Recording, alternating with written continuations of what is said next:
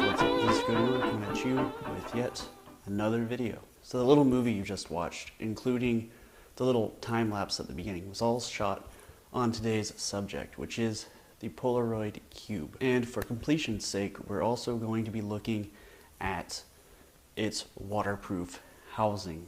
So first of all, I'm just going to say that this is a very impressive little camera. I mean, just look at the size of it. It's barely bigger than my eye. And I have to say that I have been quite impressed with its performance so far, although I do wish it had a little bit more control over it, like maybe manual settings. That would really be the icing on the cake for this little camera. You know, for 150 bucks, you can't really complain too much about it.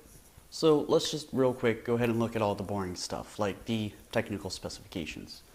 1440p at 30 frames per second, 1080p at 30 or 60 frames per second, 720p at 30, 60, or 120 frames per second in slow motion mode, even though slow motion doesn't have any sound recorded at all, which is why it's a special mode in the app. It can take still images and automatically generate time lapses. More on that in a minute. It has an overall 6 megapixel sensor. It has a Wi-Fi remote app with a 30-foot range. We'll be taking a look at that later in the episode. And it has a 90-minute battery life with 60 minutes with Wi-Fi enabled. To top everything off, it comes with its own free 8GB SD card included in the box. Alright, so let's go ahead and take a look at the device here. On the top we have two buttons now. We have the single large button and the Wi-Fi button. And on the back, our little cover plate, because this is a weather sealed housing. It's a little difficult to open up. There is our micro SD card, and here is our USB port. To use the cube, we're just going to press this button and hold it, and now it is on. So to take a still, all we do is we push this button on the top once, and it takes a still. If we want to record, we press it 2 times, and the little flashing red indicator tells us that it is recording.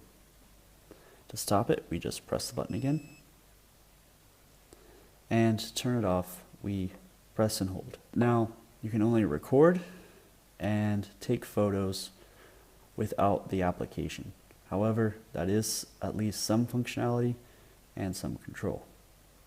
So speaking of the app, let's go into it. We have to enable Wi-Fi, so we'll just press this little button and hold it, and now it'll show up as a Wi-Fi hotspot that we can connect to on our phone. Here you can see that we are currently in video mode. We have 60 frames per second at 720p. To change these settings, just tap on the one you want to change. So you can see there we have 30 frames. Now we're back to 60. And then of course we can simply change to 1080. And if we drop back down to 30, it'll let us go ahead and kick it up to 1440p. Just note that whenever you record in 1440p, profile automatically defaults to a 4:3 aspect ratio instead of a 16:9.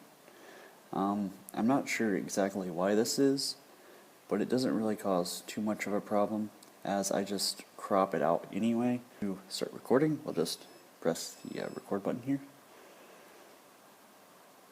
And you'll see here we have the time code as it is recording. Here we have the images and videos that have already been taken, and here is where we change other modes. So here we have video mode, which is selected currently, slow motion video, which, as said before, it shoots at 120 frames per second, 720p with no audio.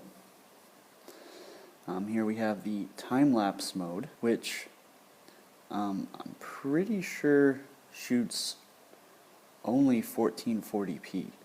I'm not entirely sure, but everything that I've seen so far, it always renders out 1440p, and I haven't found any way to change it Yeah, it doesn't bother me that much because, like I said, I just crop it down. We, of course, have the stills option. Now, here's something that's a little interesting. As you can see here, we have, by default, it's set to 8 megapixels. And earlier, I told you it's a 6 megapixel sensor. What this actually does is it takes a picture as it's moving, and it basically kind of stitches together an 8 megapixel panorama. It's really annoying. I don't like that it keeps defaulting to that. I wish it would just stay on 6 megapixels, but for whatever reason, it keeps defaulting to it. Then here we have the self timer. So it's off, 3 seconds, and 10 seconds are your options. So obviously that's, you set it to 10 seconds, press the button, pose for a shot, wait for it to count down, and it will then take the picture on the timer. There we go. So now we can just look at it.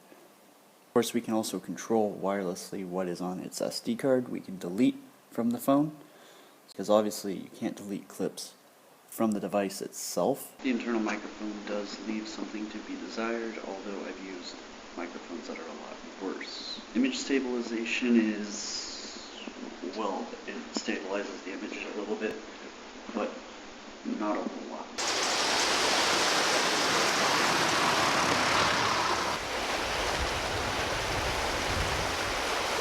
Alright, so now we're going to test the range on this. We're going to start by walking this way and see when the wireless range runs out. The way this is set up right now, we can see that we have water flowing, and so we know that we're getting still the smooth 30 frames per second minimum stream. It already disconnected. Really? Yeah. What the fuck? Yeah, look at the train.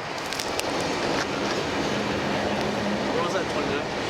Yeah. 30. I'm connected to it, but it's not streaming. We'll knock it down to do 30 frames per second at 720p and see if that has any effect on it.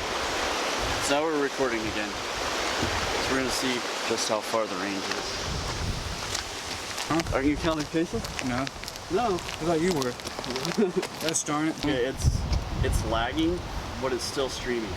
Okay, it disconnected. So this is where it disconnected. If you look down there, you can see where we put it in the middle of the bridge. You probably can't see it, but that's where it is. That's a decent range. We can count the paces. All right. 1, 2, 3, 4, 5, 6, 7, 8, 9, 10, 29. So that was 329 my footsteps in range. So I wear a size 10.5, so that would be about 300 feet in total, really. Yeah. That's pretty close, if not dead on. Near the end of that range, for the last 50 feet, we started receiving a very high lag. After that point, within the next 50 feet, it completely cut out and lost connection to the cube. So let's talk about the waterproof housing.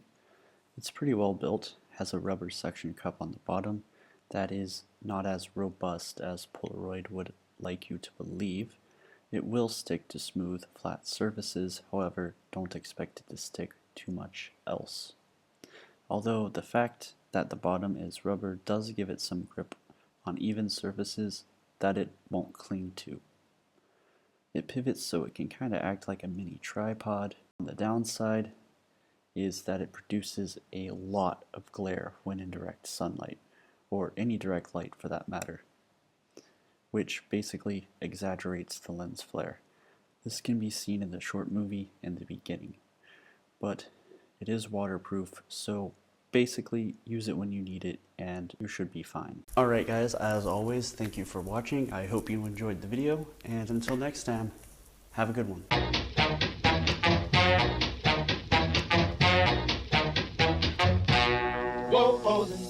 Here's a dance you ought to do. Let me introduce to you posing. Everybody pose. Here's a dance you ought to do. Let me introduce to you posing. Everybody pose.